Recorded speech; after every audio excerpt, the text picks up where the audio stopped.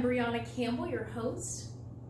So this episode is titled, Is Blockchain the Future of Democracy? So let's jump right in. I've been reading a lot lately about potential applications of blockchain technology in democratizing economies and institutions, and sources are claiming that blockchain may be the future of democracy.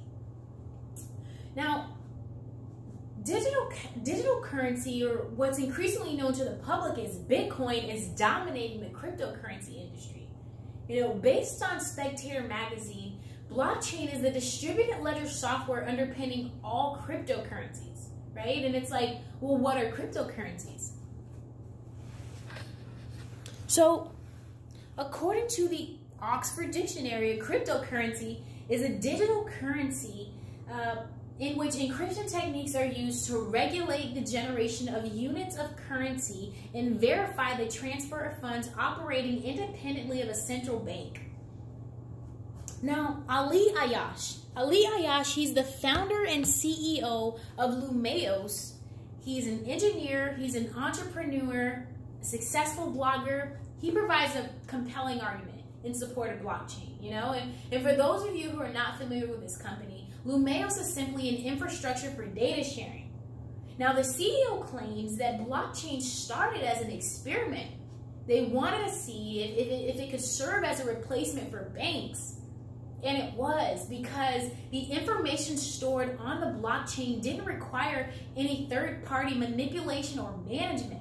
Right? But then they decided to take blockchain a step further because engineers started to realize that blockchain could be used for much more than financial transactions, right? They realized that this could be used to decentralize economies and streamline democracy around the world. So why is blockchain the future of democracy? Well, just as in any democratic form of government, the blockchain system, it requires consensus, guys. The entities that are involved in a blockchain-powered network, guys, they must agree to its contents. They have to agree to its contents before it can be used, guys. And it's impossible for any changes to the system to be made without agreement or consensus of some sort. Okay, so it's in this way, really, that blockchain,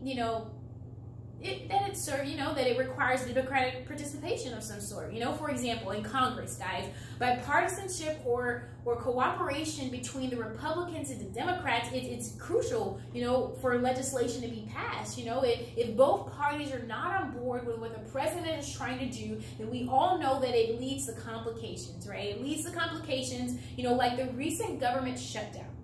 Okay, so blockchain is really effective for holding government officials accountable. If governments store data on the blockchain, then it will be very difficult actually for these officials to lie or to be corrupt. Okay, so that's another democratic element. So are the two really as similar as they're made to seem, though? I mean, we know that in America, what's good for democracy ultimately wins, right? And I think that that's what economists are taking into consideration when they say that blockchain and cryptocurrencies might replace nation states, right? And it's a little weird, I know, to compare the two, but not really when you think about it, because our entire system is deeply rooted in financial transactions, right? So author Vijay Boyapati writes, in the bullish case for Bitcoin, and I quote, he says that a global non-inflationary reserve currency will force nation states to alter their primary funding mechanism from inflation to direct taxation, which is far less politically palatable.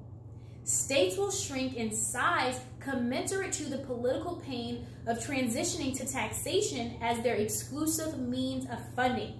So there's a certain morality then that lies in a one person, one vote, once every few years system of governance, but this is being threatened, guys. It's being threatened by the scandals and the collusion that's taking place in the Trump administration, What's astonishing